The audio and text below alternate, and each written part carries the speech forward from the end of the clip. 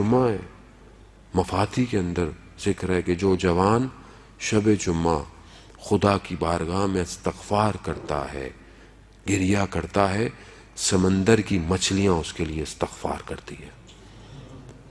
جوانوں سے ڈرو۔ آپ کی سماعتوں کی نظر آپ علماء کو دیکھیں۔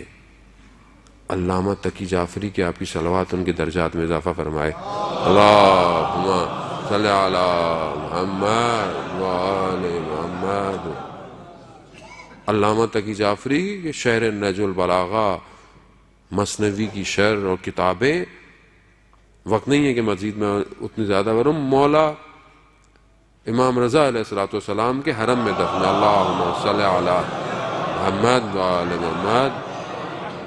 مولا کی زری کے قریب ہی دفن ہے، کیونکہ ظاہر اب رواق بن گئے ہیں، تو ایک جگہ جب شیخ بھائی کی قبر سے باہر نکلیں گے حرم زری کی طرف، تو ایک جگہ نیچے نیم پلیٹ لگی ہوئی ہے علامہ تقی جعفری۔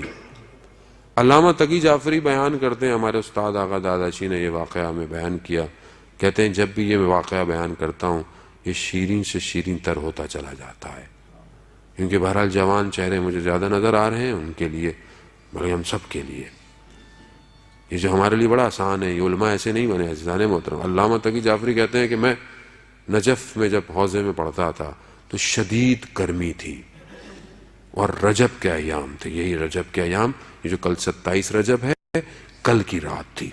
تو یہ واقعہ مجھے کل پڑھنا تھا، لیکن بہرحال اب آ گیا کہ یہ 27 رجب آ گئی، اتنی شدید گرمی تھی کمروں میں بیٹھا نہیں جاتا تھا۔ اس میں اتنے اے سی وغیرہ نہیں ہوتے تھے، پرانی بات ہے۔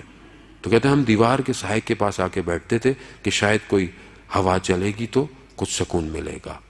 27 رجب کا ہمارے جو مدرسے کے جو ہیڈ تھے وہ بھی عالم دین تھے بہت بڑے، انہوں نے کہا کہ کوئی جشن رکھتے ہیں۔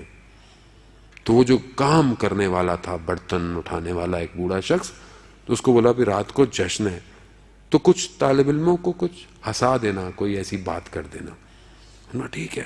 رات ہوئی، اس نے اپنی جیب سے اخبار کی کٹنگ نکالی۔ اس اخبار کی کٹنگ پہ ایک تصویر تھی خاتون کی۔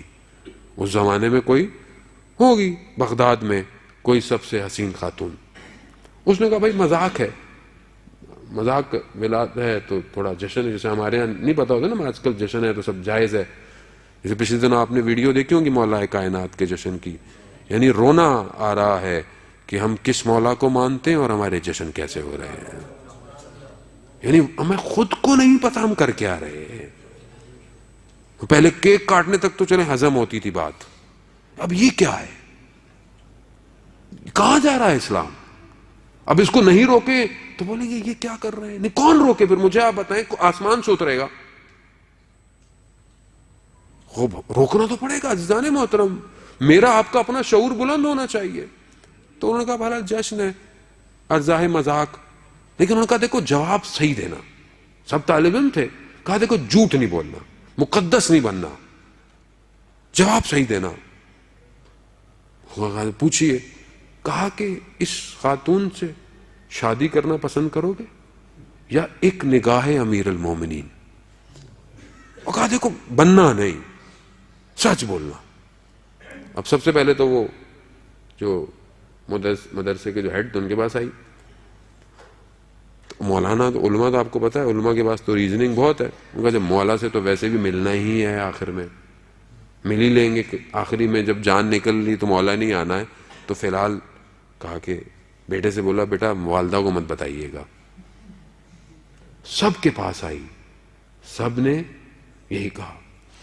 جب علامہ تقی جعفری کے پاس تصویر آئی تو وہ کہتے ہیں واقعاً وہ تصویر ایسی تھی کہ اس میں کوئی شک نہیں تھا، لیکن میں نے کہا تقی جعفری اپنی پوری ہستی دے دوں گا مگر ایک نگاہ امیر المومنین نہیں چھوڑوں گا۔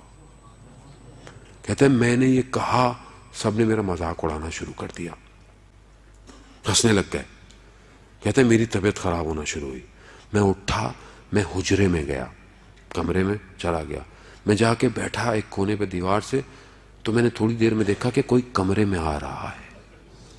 جیسے ہی وہ چہرہ قریب آیا اور جب میری اس چہرے پر نگاہ پڑی تو میں نے اس سے حسین چہرہ اپنی زندگی میں نہیں دیکھا تھا، وہ مکاشفہ کہ امیر المومنین نے اپنا دیدار کرایا۔ اللہم صلی علی محمد وآل محمد۔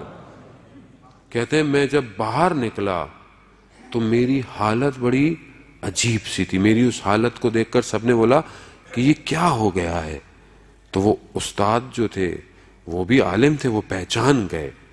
تو جب مجھ سے پوچھا کہ یہ کیا ہوا، تو میں نے کہا میں منزل مقصود تک پہنچ گیا۔ تو اس عالم نے اس کام کرنے والے سے کہا کہ دیکھو ایسا امتحان مت لیا کرو، ہر شخص امتحان میں کامیاب ہونے والا نہیں، یہ تقی تھا جو امتحان میں کامیاب ہو گیا۔ کہنا آسان ہے، سامنے زلیخا ہو اور پھر حضرت یوسف خدا کی بارگاہ میں کہیں پروردگار تیری ہی پناہ چاہتا ہوں، تو 7 دروازے کھل جاتے ہیں۔ لیکن یہ آسان نہیں ہے، خدا سے یہ مانگیں کہ خدا ایسے امتحان میں نہ ڈالے، ظرفیت نہیں ہے جس کو مانے انسان۔ ہاں نہیں میں بڑا پارسا ہوں، میں بڑا نہیں، انسان ہوتا پاؤں لڑک جاتے ہیں انسان کے۔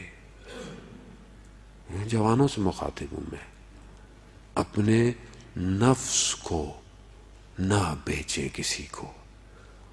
مولا متقیان کہتے ہیں اگر تم اپنے نفس کو بیچنا چاہتے ہو تو کم سے کم قیمت جنت ہے، کم سے کم۔